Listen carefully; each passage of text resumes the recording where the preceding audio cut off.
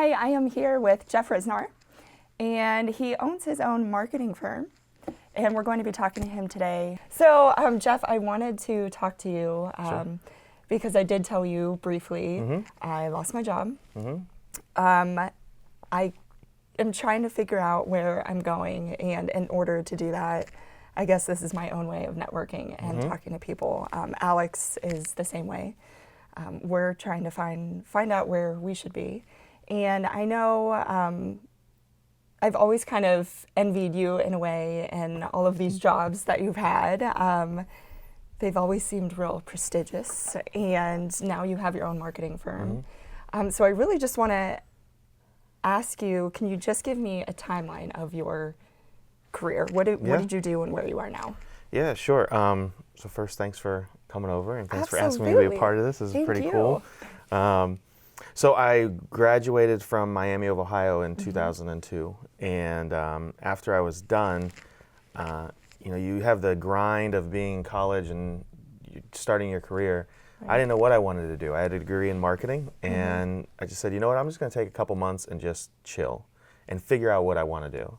And within those months, I did some networking and landed myself in Detroit, Michigan, working for Young and Rubicam Advertising, or Y&R as they're more commonly known. And I was there for about 7 months, and they asked me if I would want to participate in a trial program with them, which led me to New York City, where I managed 4 dealer network advertising accounts for them with Lincoln Mercury. And after that, I did that for about 3 years in Manhattan, and then I was moved over to Chicago, where I did the same for General Motors, which ultimately led me to what my dream job was working in sports, as you can see behind. Sarah and I are both big Cavs fans, Cleveland fans, except for the Browns. Sorry. Nah, they keep us humble. Yeah. But I was the director of strategic marketing. It was the first position they've ever created in the NBA with that title. Oh, wow. It was a trial position that the Cavs were looking at launching for the rest of the league, and I was fortunate enough to be that guinea pig. And it was there that I realized that the amount of work that goes into success, but also that success isn't defined just by the job and title that you have. It's by what happens when you're outside of work, and that fulfillment of finding something that means more to you than the daily grind of your job. What made you ultimately want to start your own business? So it honestly was, I'm 36, so it was 23 years ago when I wanted to start my own company. So 898 Marketing, there's a meaning behind the numbers. So when I was 3, I would go over my grandfather's on my mother's side, my grandpa Suhar, and one day the story that I was told was he told me to point to 3 numbers on a card. And so I pointed to 898. And every day my grandfather played that in a lottery. And every time it hit, he would put it in a savings account and then invest it. And so when I was 12, I started cutting his grass, and then I turned 13, and he said, hey, afterwards we'd sit down and we have a double cheeseburger from McDonald's and a Pepsi. And so we, hashtag sponsorship, hashtag endorsement. So what he told me the one day was, look, I have this money, I've invested it well, and what I want you to do when you turn 16, I'm going to buy you a truck, I'm going to buy you your own lawn care equipment, and you're going to open up your own business, because I see what you do, I see how good you are and passionate you are at it, and I want you to be happy at what you do. Yeah. And I'll help you with that. Well, 4 days before I turned 16, and I'm 13 years old, all I heard was, I'm getting a damn truck when I'm 16 years old. Yep. So 4 days before I turned 16, he passed away. And it was devastating. And it was the only day of high school that I missed, was his funeral at Ursuline. So I swore that when I was done, whatever I did was going to be 898 in homage to him, but as a constant reminder, not only to me and the people who I would serve, that I was there to provide a service and to make them better somehow, to help them achieve something that they wanted to do. Right. I didn't get the lawn care service. It helped pay for my education in Miami. It did buy me a car, and I said whatever it was that I was going to start and own my own business was going to be 898 fill in the blank, and that's where we are now. I love it. And when did you get to the point that you decided you were going to leave the Cavs and just go your own way? Well, in between the that? Cavs and 898, I did leave and help revive a company called Fizzle out in San Okay. Francisco. So I was Okay. vice president of marketing with them. Okay. And it was a sports and entertainment company that helped with data solutions and fan engagement. So I didn't want to leave the Cavs. Right. I loved working there. I love the people I work with. I'm actually I know today. a lot of people there that love it. I'm going there today for a meeting. We have a Yeah. lunch meeting. So Yeah. I really enjoyed my time there, Right. but it was just an opportunity that I couldn't pass up. Mm-hmm. And so I did that, and it was about 3 years into the travel to San Francisco from Youngstown where I said, this isn't working. I need something that I'm going to be fulfilled and do something locally here. Right. And after talking with Mimi and getting her support, she's like, if this is what you want to do and it's going to make you happy, let's try it out. We can always find a new job. And that's what I think, I think that's one of the things that people in their 30s struggle with, because the 20s are the fun times where you're carefree and Yeah. excited. Your 40s, you're supposed to be settled down and have a family. And no one talks about the 30s. And the 30s Right. are just brutal. This is a shit show. Yeah. Like it is it's a goddamn shit show. I have no other way to put. I have had a blast, but it has been really high highs and Oh, it's a roller really low coaster. lows. Like, Yeah, it's the extremes, and the challenge that I see is there's so much emphasis that is put on success, and success in our society is defined a certain way. it is. But success to an individual is unique and all to itself, and finding out what makes you happy and finding out what you deem a success is the Right. only true way and measure of whether you are a success or not. And what Mimi and I talked about, and Mimi's older than me, not much older, but she's a few years older than me, and she basically said, look, you can always find a new job. You can It's always true. find a new job, and you can always find your way to fit into the grind and to fit into Yeah. corporate America. But you might not get this opportunity again to capitalize on this. Exactly. So take a shot. What were some of your fears opening your own Failure. business? Yeah. Failure. It was that was it, and it's the driving force that keeps me motivated every day. Yeah. Because it's not just me. It's my 2 girls upstairs, it's my wife, it's my clients, it's my perception in the community, it's my career. And I also have someone who is employed under me. So it's her livelihood as well. Right. So it is a driving force that can either, that fear and that fear of failure can either cripple you or it can motivate you. And if it cripples you, there's really no way of getting back from that, because Right. you're going to face failure everywhere. Right. But accepting and acknowledging that that is a potential, that you possibly are going to fail, is the first step in overcoming it. Yeah. Because the minute you make it real that if I don't do this, if I don't do X, Y, and Z, then A, B, and C couldn't happen.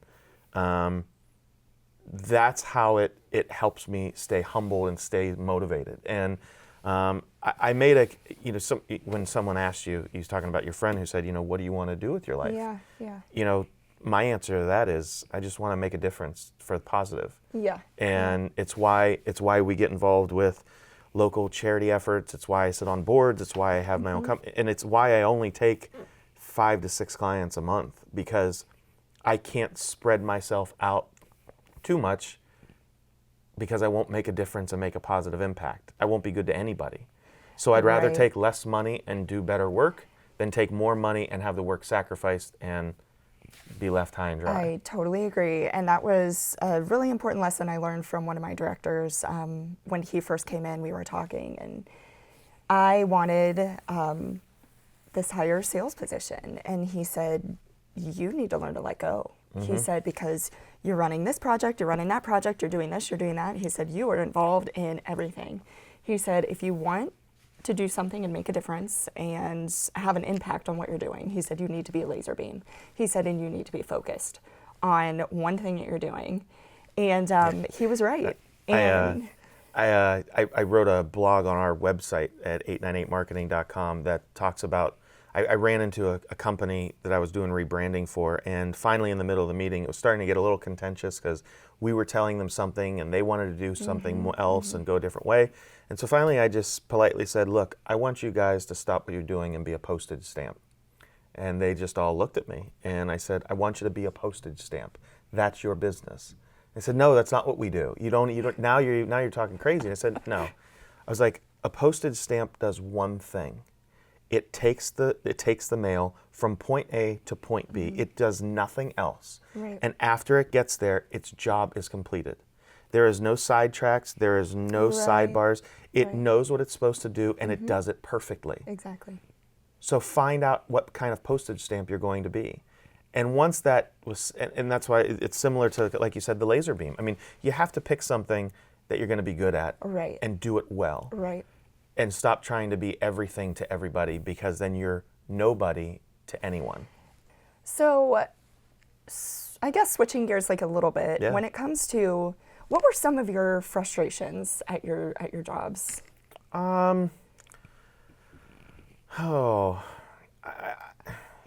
Across the board, not picking out one particular area, it wasn't really it was more of that, be careful what you wish for, because you just might get it. Like, I always felt like I could do more, like I wanted more on my plate. Yep, yeah. And I feel like it was probably on me that was the biggest challenge, was I had to let go and let my supervisor, who was managing me, manage me, instead of me trying to manage him or her. And it got me frustrated because I felt like I could do more. Yeah, I want to take this on. Yeah, I'll travel there. Yeah, I'll fly out there. And when I did it, and the best managers that I've had, and all of them have been incredible and got me to where I am. I can't say that I've had a team leader or a manager that I hated working for. I loved everybody I worked for. But they let me do that, because I think every single time I came back to them and said, man, that was fucking stupid. Like, why did I do that? And they would look at me and go, hey, Same. Now you know why I told you that you shouldn't do that. Exactly. So the biggest challenge that I had was probably on my own. It was probably my own development and understanding. Yeah. There were some challenges of, I think there are some people that are just programmed and built to go out on their own and do something and be their own manager. There's just some people who are like that.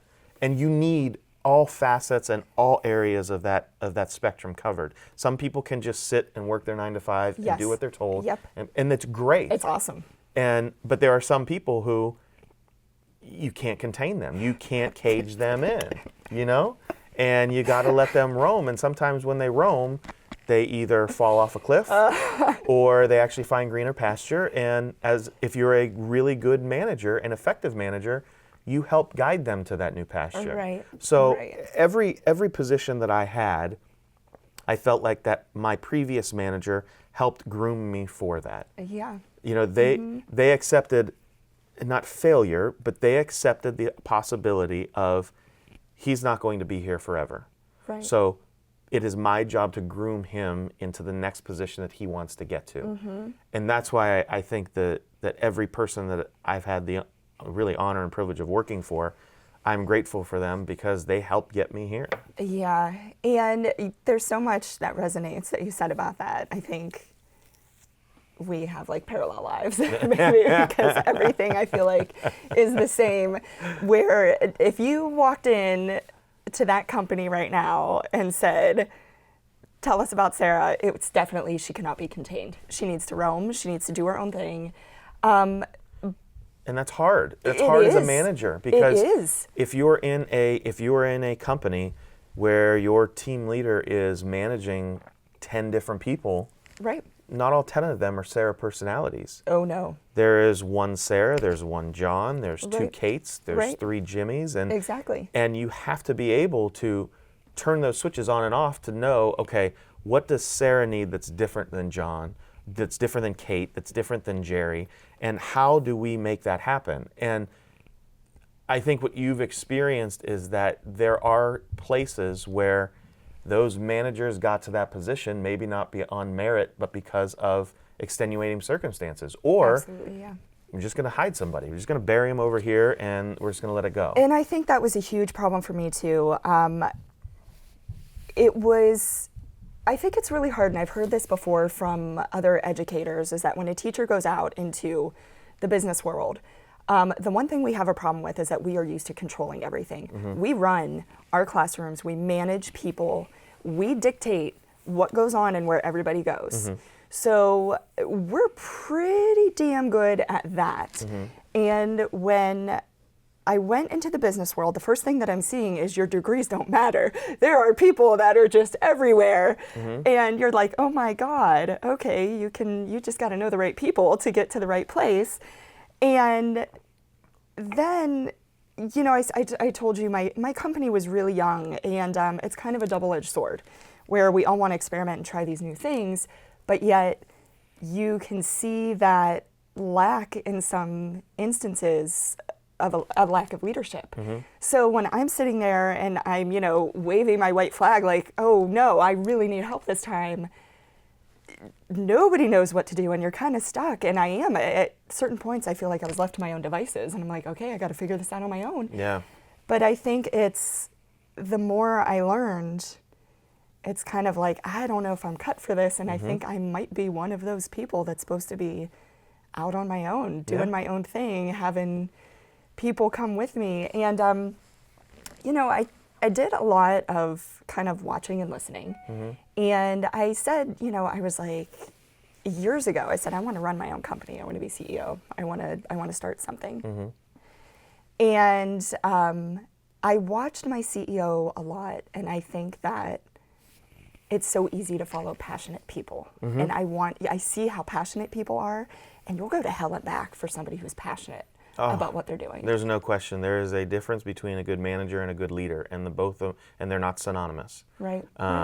You know, I've worked for unbelievable managers who struggled at being leaders, and I've worked for unbelievable leaders who struggled at being effective managers. Right. And there are opportunities, and there are people who were great at both. And one of the ones who I worked for, I literally told him, I said, I will jump down in the foxhole with you. I will jump down in that hole and be the infantry unit that you need if you're down there. I'm not going to leave you hanging. Right. And, you know, to hear him tell me that, to hear him, who was the CEO and looking at everything and making the important decisions, and to say, I know where you are, and if you need me, I'm going to jump down in there with you. And if we get a grenade, we're both going to get blown up. Right. Like that's the kind of leader that you want, and that's the kind of manager you want to aspire to be like. So I mean, it's a grind. It's an interesting journey, but understanding yourself and what you want to be makes that journey a whole lot easier, because at the end of the day, the only person you get to look yourself in the eye, and you got to say, okay, I'm okay with what I did. Yeah. Next, I'll just ask you too, because I know we'll wrap up here, because I know you have to get to Cleveland. Yeah. What is... Go Tribe. Yeah, I know. What is your best piece of advice that you would give to me and Alex about kind of finding our way? And, oh, man. And everybody out there who's kind of in this position where we want to do something greater and bigger and we want to be fulfilled, but what do we do? Well, I don't know if it's one piece of advice. I would say, the first thing I would say is believe in yourself. Yeah. If you don't do that, no one else is going to. Of course. I mean, you definitely have to. I know it's probably some of this is cliche, and I mean, there are a lot of books in the pursuit of happiness and, you know, that you talk about. But, you know, at the end of the day, as I said, make a difference. Make a positive impact in something. You know, what I do, it's kind of stupid, but what I do every morning when I wake up, I think about, okay, what was one thing yesterday I was happy about? Yeah, yeah. What was one thing yesterday and one person yesterday that I made a positive impact on? And then today, what is one thing I'm looking forward to? It could be as simple as watching the Tribe on next Tuesday and the Cavs. I don't know how I'm going to do that. Like, those two games are going to be on at the same time, but anyway. Right. But, you know, what that does is it allows me to always have something to look forward to. Exactly. To get through the shit that I'm going to go through in the day, to get through all the challenges that might happen. there is one thing that I know I'm looking forward to and is Yeah. going to make me happy. And 9 times out of 10, it's when I walk in the door and I see my 2 girls and my wife. Yeah. And I'm going to be judged. So I talk it to students at Ursuline, I talk at Miami, I visit and I talk to Kent State students. And what I always tell them is, at the end of the day, your tombstone is not going to say you were a CEO. Exactly. It's not going to say you were a vice president of bullshit. It's not going to say you made millions of dollars. Right. Your eulogy is always going to start out with your name, where you're from, how old you were, and who you left behind. What impact you had on the people you left behind. Yeah. So that would be my choice, because you're in a time, all 3 of us, y'all can't see Alex, but Alex is like Oz. He's like directing things behind the curtain. He's the man behind the curtain. He's making this run. Yeah. But, in our 30s, we're almost halfway done with the ride. If you think about it, you're almost halfway done with the ride. I just turned half 70. So as you think about that,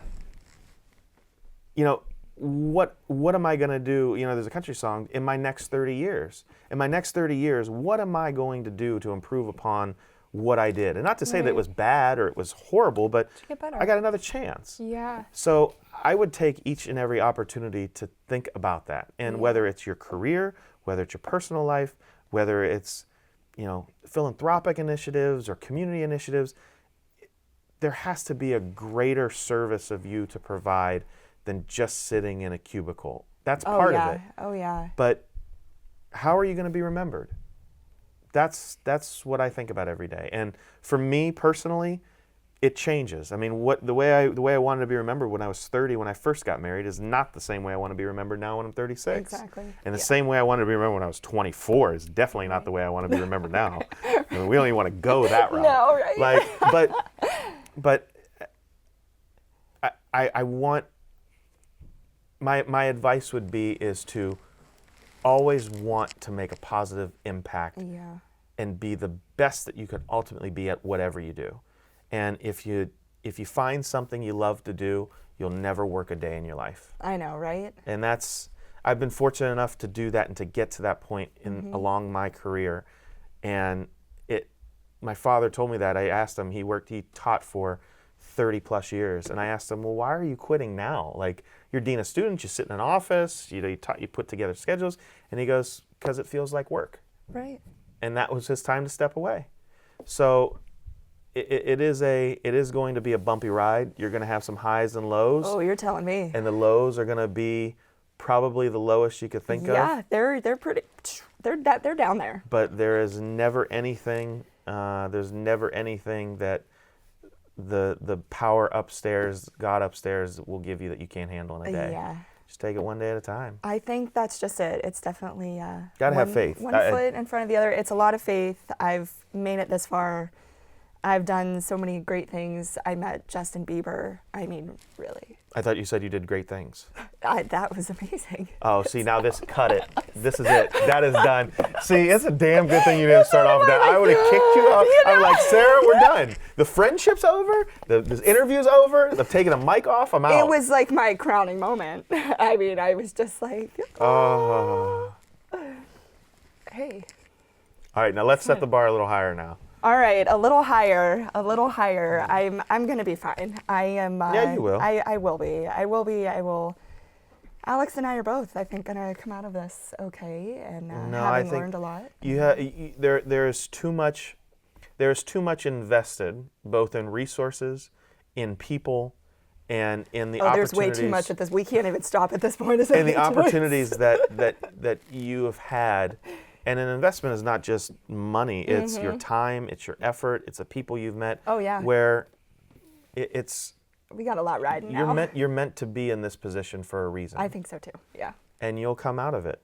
You will. And I'm excited to see where it goes. Yeah. So I'm excited to see this. I know, yeah, it's going to be great. So where do we catch this? Okay, so you are going to, you'll be watching this on the Lock Chronicles website, and then you are going to tune in next week to lockchronicles.com.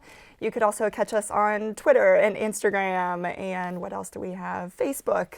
all of those social media interwebs things.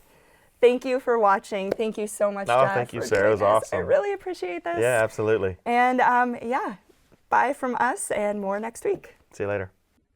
For more information about Jeff and his company, please visit 898marketing.com.